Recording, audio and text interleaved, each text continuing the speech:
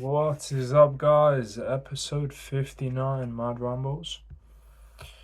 As always, I will start by going through my keys to improve on.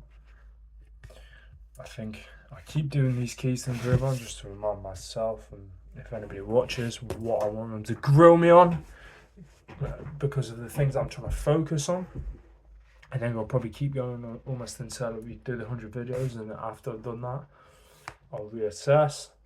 Carry on. If I stop there, who knows? So, keys to improve on. Coming up with an idea, enthusiasm, video professionalism, going into detail when talking about topics, a video plan, being more seated and less off-putting by my movements, adding a title, posting it immediately after doing rather than waiting to try to show more urgency in my life, looking more into the camera, rewatching my videos, planning out my videos, stopping with the ers, and useless words, slowing down and talking in a less rushed way, articulating my points clearer.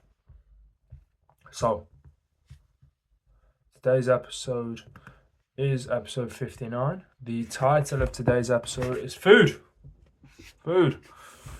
Within that, I'm going to talk about food as fuel, my approach to eating, how to get an unbiased point of view, and my opinion on food. As always, is always just my opinions from things that I've found, assumptions I've made in my life, and I'm expressing them so maybe they can help people understand this stuff, or maybe they provide a different point of view to what the older think. So, food is fuel. Food is fuel. Like at the end of the day, so many of us in today's society put shitty fuel into our bodies. You wouldn't drive a car that's a fucking diesel and put petrol in it, would you? Or just think, you know what, today I'm going to just fill it up with water. Ah, shit, it doesn't run right. Well, of course it's not gonna. Right? It's because you haven't put the right fuel in. So, what is the right fuel? Well, it's not processed food. It's not cakes as much as I want it. It's not pizza. It's not burgers. It's not the things that almost taste nice. That are addictive at the end of the day, let's be real. And they're addictive because it allows repeat buys. If something is cheap and it's highly addictive, you're going to just keep buying it. So marketing is going to be through the roof, and you don't particularly have to do much marketing, to be honest, because the product sells itself. You only have to eat it once and you're fucking addicted. It's like Pringles, right? You have like one or two Pringles and then boom, the pack is gone. You know, how the fuck, where's the tin? Where's the rest of the tin, you know? Because it is addictive. And food is addictive because of the chemicals and substances within them. And those same chemicals and substances are toxic. You read, I mean, it's worse in places like America. In the UK, it's a bit better, but it's still not good. Like, you look at some things and you read the contents and what's actually included, and it's ridiculous. It's like, why is this all in there? And even things that are like, oh, sugar-free, no sugar. And companies will harp on that as sort of a marketing ploy, because in society, everyone's so fearful of fats and sugars. And then they'll just throw something else in that isn't sugar, but perhaps is worse. Who fuck knows? I'm not a scientist. But isn't sugar. And then you're like, oh, yes, I'm drinking my poisonous drink that isn't sugar-free. You're still poisoning yourself. And to be honest, like I said, it might be worse. Probably is worse. The fact that you can say sugar, you can't say hydrocarbon, blah, blah, blah. You know what I mean? You read these things and it's like, if I can't pronounce it, then it's probably not good for me. Like at the end of the day. And the modern approach to eating is so marketing based, so unreal, even down to the sense of, oh, it's good to have, it's everything in moderation. Is it good to have moderation? Or is that an excuse for being, quote unquote, like weak and not strong enough to stick to a diet that is genuinely healthy for you? It's like when people talk about, having cakes and putting these poisonous foods in your body. I've done it too, and I do it. And I'm not saying I'm just playing devil's advocate and pointing out a point of view. Like, it seems like people are like, oh, everything in moderation. As if moderation is a good thing. And then they'll talk about, how it's consistency. Why can't you just be consistent eating the good things? Oh, because it's hard. And obviously in today's society, we don't like things that are hard. Because no one can cope with things that are hard.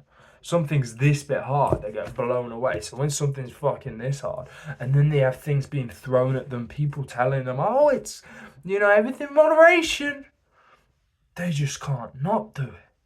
And it gives them a reason for their failures. It's like, oh, well, I failed today because of moderation. Like, I had to. I didn't want to, but I need moderation. You don't fucking need it. Why do you need it? Right? Do you want the most respect in yourself? Well, yeah, I think so. Then wouldn't you feed yourself the right stuff? You like your car because it gets you A to B. You value your car because it costs a lot. So you wouldn't put oil in it, would you? You wouldn't just throw some petrol in your diesel car, would you? So why are you doing it to your body? Or do you not respect your body almost as much as your car? If that's so, why? And it goes back to the thing I have to keep talking about respect. It's like, if you don't do that, if you don't sit here and respect yourself, then why the fuck is anybody else gonna? And people just eat these copious amounts of things like seed oils, bad stuff, overload on carbs, and it's ridiculous. And then the things that aren't too bad for them, right? According to some scientific researchers, they don't want to eat. Why? Do you not respect yourself? And if so, why? What's the root cause of that? And I think it's a sad fact that a lot of people just don't. It's like they especially young people, just don't respect themselves. Don't even care. I can't foresee the repercussions that are going to happen. Don't have that foresight, or are just ignorant to it. Most likely ignorant to it because it's common knowledge. And you hear so many different approaches to eating healthy, right? I mean, I feel like everyone from the carnivore to the vegan diet can agree on the fact that processed foods are bad. I don't think, and when you have people at polar opposites agreeing, you probably know it's fucking true, right? So you have all these extremes, but ultimately, which one is the right one? Which one is the good one? Well, you obtain that through doing research in both parties. Most people seem to just look at plant-based people and think plant-based is the best because they only see plant-based, but they don't actually look at what carnivore offers, and vice versa. And I think the only way to actually get an overall opinion is not just to look at what the studies show on each side, and look at what the doctors and medical professionals say for each side, and the good points and the bad points, and then think about them. But try it. Don't too often in today's society, we take someone's word for it. Yeah, cool. If someone said that pill's cyanide, don't eat it. And I'm like, oh, why not? I won't fucking do it. But if it's like, oh yeah, try veganism for a month, see how it feels. I've done it. Don't feel fucking good, but I've done it, right? And I've done it for a period of time that I could get used to it and sort of see how my body reacts to it. And I don't like it, and I've done different diets, low fat, high carb, low carb, high fat, and I've done these different diets, high protein, low protein, seeing how my body responds in the gym, seeing how my body responds outside the gym, my sleep, my heart rate variability, all these different things I've seen and analysed for myself. So I don't just take someone else's opinion from it. And this is what most people don't do. And I think this is the only way to get an unbiased opinion. Because not just that, when someone says, oh, carnivore's bad, you can sit here and go, well, research shows this, and this. Most people would say that this, and this is the problem, but actually this, and this is the case, and it's not. And you know what? Even if that's not good enough for you, I've tried it myself. You know what I mean? And vice versa with veganism, whatever it may be. And I think there are benefits and pitfalls in every fucking thing, every diet, as long as it